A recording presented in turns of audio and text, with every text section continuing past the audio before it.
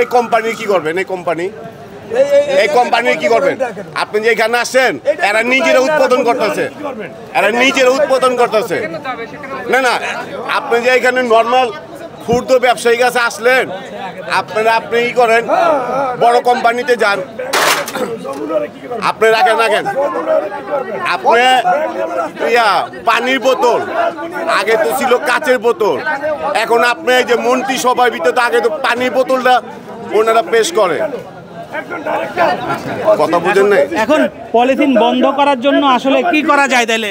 না আপনি দ্বিতীয় বিকল্প ব্যবস্থা করেন, আপনি এমন কোনো মেডিসিন ব্যবহার করেন, আপনি যে ড্যামরা 600 কোটি টাকা আপনি প্রজেক্ট করছেন, পাট দিয়া পলিথিন বানাইতেছেন, ওইটা না কইরা আপনি একটা মেডিসিন ব্যবস্থা করেন, যে আপনি মেডিসিনটা ব্যবহার করেন, এই মেডিসিনটা যে পুনরায় 3 মাস 6 মাস পরে গইলা জায়গা, এই ধরনের জিনিস ব্যবহার করেন।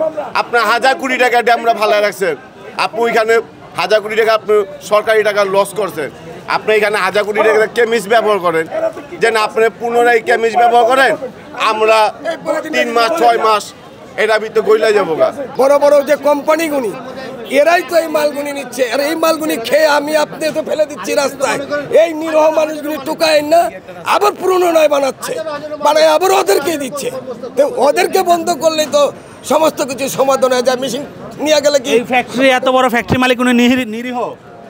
ফ্যাক্টরির মালিকের কথা বলতেছি না, যারা এদের থেকে মালটা নেয়, এই মালটা তো বড় বড় কোম্পানি আলারাই নেয়, চিজ কোম্পানি আর এফএস কোম্পানি, বড় বড় যারা প্রতিষ্ঠানী আছে, যারা নাকি এটা ব্র্যান্ড কোম্পানি, এইগুলিতে তো নেয়। এরা বানায়, ওরা চাহিদা দেয় দেখে তো এরা বন্ধ করে দিলে এখন ভালো হয়েছে না? হাট বন্ধ করে ওদেরকে আগে বন্ধ করতে হবে। আরে ওরা নিজেরাও অফার দিয়ে দিব, টাকা দিয়ে দিব, মেশিন কিনে দিব, বানায় দিবেন। আরে নিয়ে যাবে, আবার বানাই দেবো তো। এই কথাটা বললে তো না, আপনি পণ্যটা অন্য কিছুতে বানান, বড় বড় ফ্যাক্টরিতে ঢুকে। আগে পলিথিন আছে নাকি সেটা বলেন। হ্যাঁ আছে। হ্যাঁ, তাকে আপনি কিরা বন্ধ করেন, আপনি নিয়েন না, এখানে তো একটা প্রতিষ্ঠান না, এখানে প্রাণ কোম্পানি আছে, বেঙ্গল আছে, আরএফএল আছে, প্রতিটা বিষয় এটা লাগতেছে। আমরা শুধু পলিথিন উৎপাদন করতেছি না তো, আমরা তো মনে করেন গিয়া রিসাইক্লিং করে আমরা এক ফ্যাক্টরিতে মাল দিতেছি, এটা দিয়ে তো পলিথিন হইতেছে না, এটা রিসাইক্লিং মাল। আপনি কেন বুঝতেছেন না? এখানে 30 লক্ষ মানুষের কর্মসংস্থান আছে, কামরাঙ্গীর চর, সরিঘাট, ইসলামবাগ, আপনি এইগুলা জাস্টিফাই করবেন না, এগো পুনর্বাসন করবেন না। এই যে যারা কর্মস্থলে এরা যারা আছে, তাদেরকে একটা বাসন্ত পরিষেবা, এদেরকে একটা কর্মস্থল ব্যবস্থা করুন, নাহলে এই লোকগুলো কোথায় যাবে? এরা তো এই দেশেরই নাগরিক, এই দেশে তাদের পয়দা, তাদের এটা তো আমাদের সরকারের তো দেখে, যেটা জানে সে এর মধ্যে তো এই মেয়াতে তো মনে করেন এই কোটি কোটি মানুষের সমাধানটা তো একবারে হয়ে যায় না।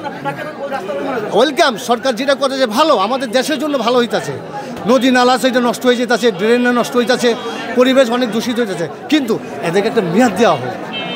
আপনাদের তো সময় দেওয়া হয়েছে, এবং এই পলিথিন তো আজকে থেকে নিষিদ্ধ না, সেই 2002 সাল থেকে নিষিদ্ধ, তারপরেও কেন এটা উৎপাদন চলছে? মনে করেন 2002 সালের থেকে অনেক সরকার আসছে, অনেক সরকারের মাধ্যমে এটা চলছে, ঠিক আছে।